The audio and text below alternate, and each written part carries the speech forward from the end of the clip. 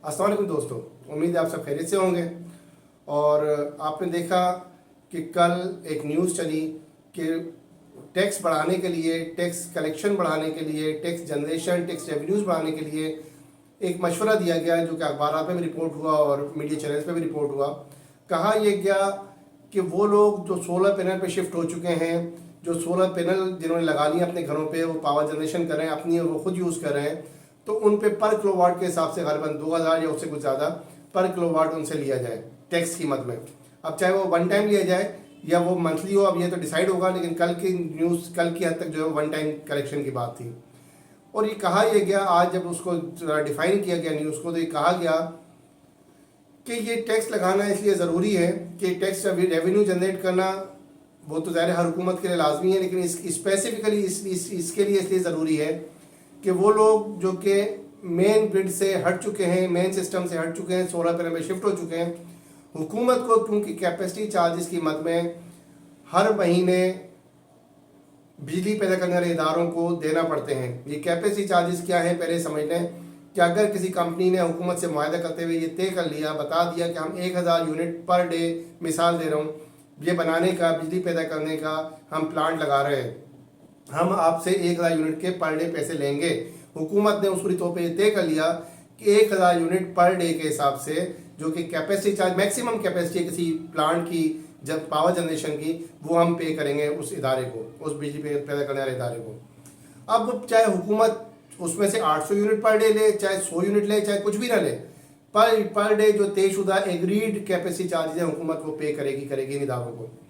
अब हुकूमत का कहना यह है कि क्योंकि सोलर पैनल पे बहुत सारे लोग कमर्शियल और रेजिडेंशियल शिफ्ट हो चुके हैं, तो लामवाला मेन ग्रिड से हटने की वजह से जो हमारी यूटिलाइजेशन है, यूज़ है पर डे यूनिट्स का, वो कम हो गया है, कंज्यूमर कम हो गए, कंजम्पशन कम हो गई है, तो लामवाला हमें कैपेसिटी चार्जेस उन लोगों के बिलों में एडजस्ट करना पड़ रहा है जो कि मेन ग्रिड में अब तक शामिल है, मेन ग्रिड से बिजली यूज़ कर रहे हैं।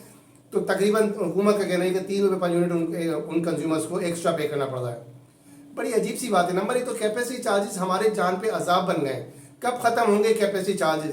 कितने अरसे के मुआहदात थे ये जिनमें कैपेसिटी चार्जेस तय किए गए थे, और अगर किसी ने गलत कर दिया था तो क्या उन एग्रीमेंट्स में कोई ऐसी क्लॉज नहीं है कि अगर कहीं कोई ऐसी क्लॉज जो हमारी आवाम के हकूक़ के ख़िलाफ़ पाई जाए उसको कलअदम करा दिया जाए, चाहे कोर्ट से करवाया जाए, वाइड करवाया जाए, ख़त्म कर दिया जाए? ऐसा कुछ नहीं है। अब कॉमन सेंस की बात है कि चलें, अगर आपकी बात मान लें, वर्स्ट कम वर्स्ट, पहले तो मैंने कहा ना, ब्यूरोक्रेसी जो एडवाइजरी है वो टैक्स जनरेशन की ऐसी ऐसी स्कीमें पेश करती है कि इल्ला माशाल्लाह सर धुनने को जी करता है कि क्या मशवरा दे रहे हैं, क्या लोग हैं ये, कहाँ से आते हैं ये लोग, कौन लोग हैं ये, ऐसे ऐसे मशवरे देते हैं कि आम आदमी सर धुनता रहे। शुक्र है कि बुखार पे टैक्स नहीं लगा दिया कि 102 टेम्परेचर होगा तो इतना और 103 होगा तो इतना, पर यूनिट टेम्परेचर पे भी वो टैक्स लगा दें। जिन लोगों पे टैक्स लगना चाहिए मेरे भाई, उन पे लगाए ना। ये सोलर पैनल बेचारे जो लगा रहे हैं वो अपने घरों पे वो कितनी मेहनत मुशक्क़त से पैसा जमा करते हैं। मिडिल क्लास और लोअर मिडिल क्लास बेचारा वो अब सोलर पैनल पे शिफ्ट हो रहा है। आपको तो आसानियाँ पैदा करनी चाहिए ना। बिलावल भुट्टो जरदारी साहब का जो मंशूर था पीपी पाकिस्तान पीपल्स पार्टी का, वो तो था 300 यूनिट तक फ्री देंगे बिजली। तो आप ये क्या कर रहे हैं? जो सोलर, फिर उन्होंने ये कहा था कि हम सोलर पैनल प्रोवाइड करेंगे, सोलर पैनल प्रोवाइड करेंगे। आप कुछ ऐसा सिस्टम कर दें कि लोग लोन लेके सोलर पैनल लगाएं। आप जब, क्योंकि हाइड्रो इलेक्ट्रिक पावर, आप जो दासू डैम है, दियामा बादशाह डैम है, उस पर टाइम लगेगा, वो बिजली सस्ती पैदा उसी से हो सकती है। ऑयल से या कूल से जो बिजली है वो इतनी सस्ती पैदा नहीं होती।